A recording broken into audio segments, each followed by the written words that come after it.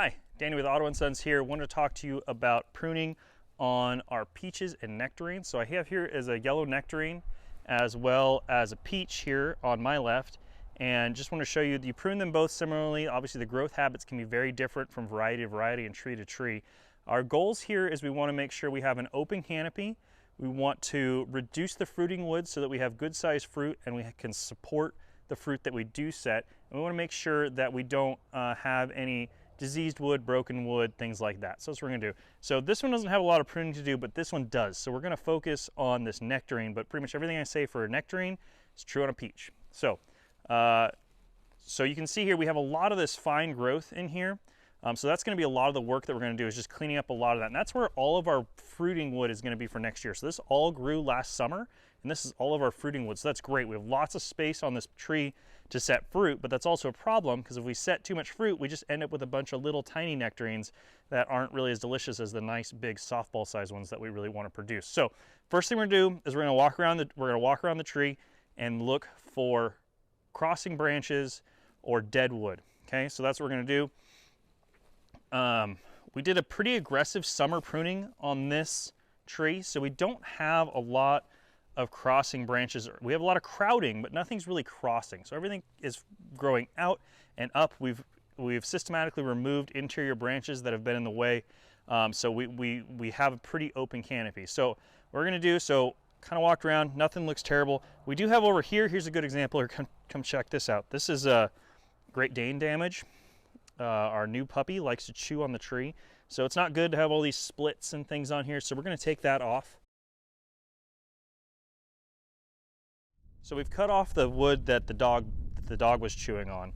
So now what we're gonna do is we're gonna go through and look for more broken branches. Sometimes we'll find a lot of broken branches, especially if you don't do your winter pruning, because the fruit will set on the tips of the branches, and as that fruit sizes up, the branch will pull down, pull down, pull down, pull down, until eventually it snaps. And if we don't clean that up during our summer pruning, it'll still be here, and we definitely need to take those out now because we don't want to set fruit on branches already broken. A lot of what we're doing here is making sure that we have strong branches that'll hold our fruit for next year. Because the worst thing is to have 3 just beautiful peaches on a branch, and then it's 2 weeks from when you're ready to pick them, and that branch breaks, and that's all gone to waste. So, so that's what we're doing. So what we're gonna do is we're gonna start here. We don't have any major branches we need to remove that have grown over our summer period. So what we're gonna do is we're gonna tip all these branches back, this summer growth, by about 1/3. So you can see we've got this here, and we're not obviously measuring, we're just trying to tip them all back, and this is on nectarines and peaches. We're just gonna start removing all these branches. Now, we also want to clean them up when they're on the interior here. This isn't a very particularly strong branch. We're gonna wanna clean that out because that is not gonna be something that's gonna set us nice peaches. So we just wanna get those out of there so that we set well. So this is great. So we have 2 buds here that could set a peach nice and close in here. Let's zoom in. So we just tipped that off. We have a bud here, and a bud here. Those will set our peaches. This branch is gonna be nice and strong, and we'll be able to hold our peaches all the way through harvest. So good. Okay, so we're just gonna keep going around here, taking these back a little bit. See, this one is all summer growth. We even had some secondary splits over summer. We're gonna take that off, and we're just gonna do that. Now this is kind of into our walkway, so we're gonna be a little bit more aggressive here, taking this back, because we don't want it in our walkway all summer long. Oh, here's more dog damage. Take that back. Okay, and we're just gonna keep going around. Same thing there. We take that tip off. Same thing here. We'll take that tip off. Taking these all back by 1/3 or so. Take that tip off. We're gonna take this tip off. Take that one back. That one back. We're just gonna keep working around the whole tree until we get through there. Oh, here's a crossing branch I didn't see on my first walk around. We're gonna take that one off all the way down there. This one is a fairly thin branch that's in a lot of other branches space. So we're gonna take that one off a little bit deeper down in the canopy, continue to go around. Now our goal is that we wanna have about 8 inches of space in between all of our branches. That's gonna give us enough room so that we can have leaves grow as well as fruit, as well as have a little room for them to bend in the wind and not be running into each other and still have some air movement. So you can see when we get down inside the canopy here, we have a lot of little branches that just aren't leaving much space. So we're gonna try and tip these back or remove some of them to make sure that we open up space. So like this is a great example right in here. There's like 20 branches right here. That's just, there's not gonna be enough space for everybody. So we're actually gonna come in and we're gonna take some of these back off at the main trunk, or at the main scaffold here, with the goal being that we're gonna open up some space for these other branches to be very successful. So the nice thing with these little branches, we have mulch under all our trees. So when you pull them off, you just drop them on the ground and never have to look at them again. I don't come back through and pick these up. They just turn into mulch for next year. So just working around here, taking off some of these interior branches that aren't gonna do us much good. Make sure that we have a nice clean middle of our tree. It's amazing once this thing starts leafing out, how much vigor you get in the middle of the tree and how fast this all fills back in. We don't really need a lot of peaches in the middle of the tree. That's not where the majority of our fruiting wood is going to be and be setting nice fruit for us, so we just take those off. Okay, so this guy's going straight up the top. I don't really want to get the ladder out this year to pick my peaches. I'm going to have plenty of peaches down low, so I'm going to take this off for a little size control at about 6 feet. That'll continue to grow. This tree will end up, when I come back in and do summer pruning, will probably be about 10 feet tall at that point, but we'll just bring it back down. These branches will have grown 3 to 4 feet over the summer, but we'll just bring them back down to here and we'll be set again for next year. So still going through, tipping things, removing extra branches from inside here that are not necessary anymore. We get into this area over here. We have several branches coming out, so we're just gonna be a little more aggressive here on taking off some of our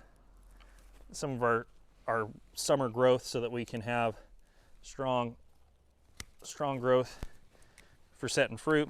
Like you see, this can we're really just working around the tree, taking things back. Okay, so this branch, we still want to take something like this back by 1/3 because it really helps a lot in holding fruit. Now last year we were pretty aggressive on this tree, doing this, taking things back by 1/3 to 1/2, and we didn't have any broken branches. And it was just really nice to come out and just see all of our nectarines and peaches being held on nice strong branches that you knew were going to make it through harvest. You could count them. So just keeping going. There's a lot of growth here. It's a very vigorous tree. Now this is the 3rd year this tree's been in the ground. So it's getting its 2nd winter pruning here. And you can tell there's just a lot of growth here. So another one here. We want to make sure that when we set fruit that whole branch is going to be able to support it.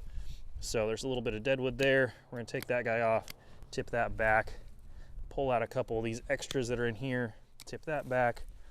Once again, there's some crossing little spurs down in here, summer growth. There's some over here that are crossing over the canopy, so make sure we get those out of there. So just keep going. That one's just going straight towards the ground. We don't need that. So keep that up. That'll all fill in nicely here. That's a nice strong branch. That's a nice strong branch. We got some little growth in here that's getting in the way of others. So get that out of there. That one too. This one too. We come back over here. There's some more that just come straight up into the canopy here. We don't need that. These will continue to grow if you don't take them off now and turn into bigger branches that go all the way up in the canopy. Like this branch here was one of these little guys last year. So we want to make sure that we selectively prune these properly so that we don't end up with a giant mess in the middle of our tree going into spring. Now, it is good to prune these twice a year, one now during winter and also during our summer pruning. Like I said before, we were very aggressive on our summer pruning last year, which is why we didn't have to do a whole lot of winter pruning for structure. We're also very conscious on our structure pruning last year, selecting branches to make sure we didn't end up with a problem this year. So we made sure we selected for these nice big scaffold branches that we're going to be able to support our yield come this year. So very excited there. And I think that is pretty much the gist of it. There's going to be a little bit more cleanup here and tipping back of branches as we go through, but we can be here for a little bit while longer. See, here's another part. Just got too many branches in here, right? We're not gonna be able to set good fruit. So we'll just come through, clean them up. Now it feels like you're removing a lot of fruiting wood, right?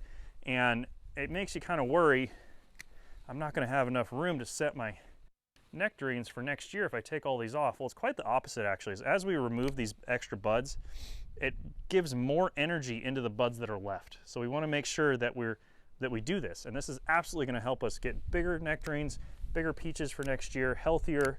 It's going to prevent damage, it's going to prevent rot to them. They're not going to be rubbing each other, not going to be poking each other, not causing problems, things like that. So we are going to take off a lot of little branches in here. So now every fruit tree is a little different. We have a great book in our garden shop that tells you how to prune fruit trees. If you have a cherimoya and you want to prune it, it'll tell you how to do that, and so on and so forth. Obviously, we have lots of other videos here on our YouTube page. You're welcome to watch and enjoy, but every fruit tree is a little different. Like I said, peaches, nectarines and peaches are pretty similar, but something like a plum is not. It's a little different. Same thing with an apricot, a little different. So make sure you double check before you get going on which way you're pruning, because you don't want to prune off your fruiting wood, because it takes you a whole year to get that back if you take it off. So I am gonna, I guess, call that good for now. Might come back through here. Oh, see here, just always one more, right? Just kind of keep doing the circles around until you find, until you're happy. So